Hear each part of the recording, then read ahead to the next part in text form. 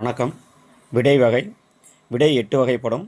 சுட்டு விடை, மறைவிடை, நேர்விடை, ஏவல் விடை, வினா எதிர் வினாதல் விடை, உற்றது உரைத்தல் விடை, உருவது கூறல் விடை, இனமொழி விடை என்று 8 வகையாக பிரிக்கப்பட்டுள்ளன. சுட்டு விடை. சுட்டி கூறும் விடை பேர் சுட்டு விடை. எடுத்துக்காட்டு: கடைத்தெரு எங்கு உள்ளது என்ற வினாவிற்கு இப்பக்கத்தில் உள்ளது என கூறுதல். அதாவது சுட்டி காட்டக்கூடிய விடைக்கு பேர் சுட்டு விடை. மறைவிடை மறுத்து கூறும் விடை. எடுத்துக்காட்டு: கடைக்கு போவாயா என்ற வினாவிற்கு போக மாட்டேன் என்று மறுத்து கூறுதல். அதாவது எதிர்மறையை கூட நம்ம வச்சுக்கலாம். மறைவிடை. நேர்விடை உடன்பட்டு கூறும் விடை. அதாவது நம்ம கேட்குற கேள்விக்கு நேரடியாக பதில் சொல்கிறது. எடுத்துக்காட்டு: கடைக்கு போவாயா என்ற வினாவிற்கு போவேன் என்று உடன்பட்டு கூறக்கூடியதுக்கு பேர் நேர்விடை அப்படிங்கிறது. அடுத்து ஏவல் விடை. ஏவல் அப்படின்னாலும் நமக்கு தெரியும், வேலை ஏவுறது. இந்த இடத்துல பதிலே நமக்கு திரும்ப நம்மளை வேலை ஏவுற மாதிரி இருக்கும். மாட்டேன் என்று மறுப்பதை ஏவுதலாக கூறக்கூடிய விடை.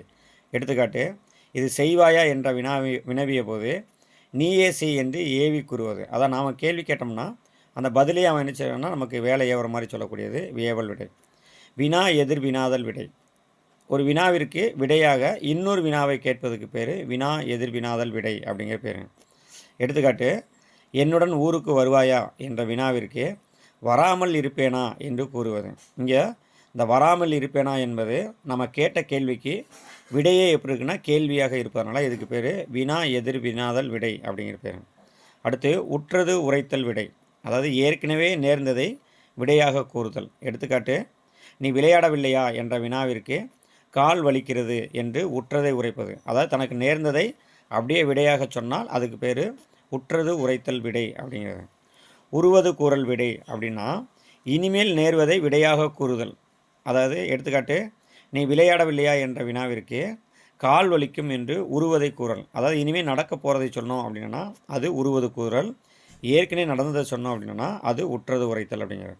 அடுத்து இனமொழி விடை அப்படிங்கிறது இனமான மற்றொரு விடையாக கூறல். அதாவது ஒரு கேள்வி கேட்டோம்னா அந்த கேள்விக்கு இனமான மற்றொரு பதிலை சொல்ல. எடுத்துக்காட்டு: உனக்கு கதை எழுத தெரியுமா அப்படின்னு கேள்விக்கு கட்டுரை எழுத தெரியும் என்று அந்த கதை கட்டுரைக்கு இனமாக இருக்கக்கூடிய சொற்களை சொல்கிறதுனால இதுக்கு பேர் இனமொழி விடை என்று பெயர். நன்றி.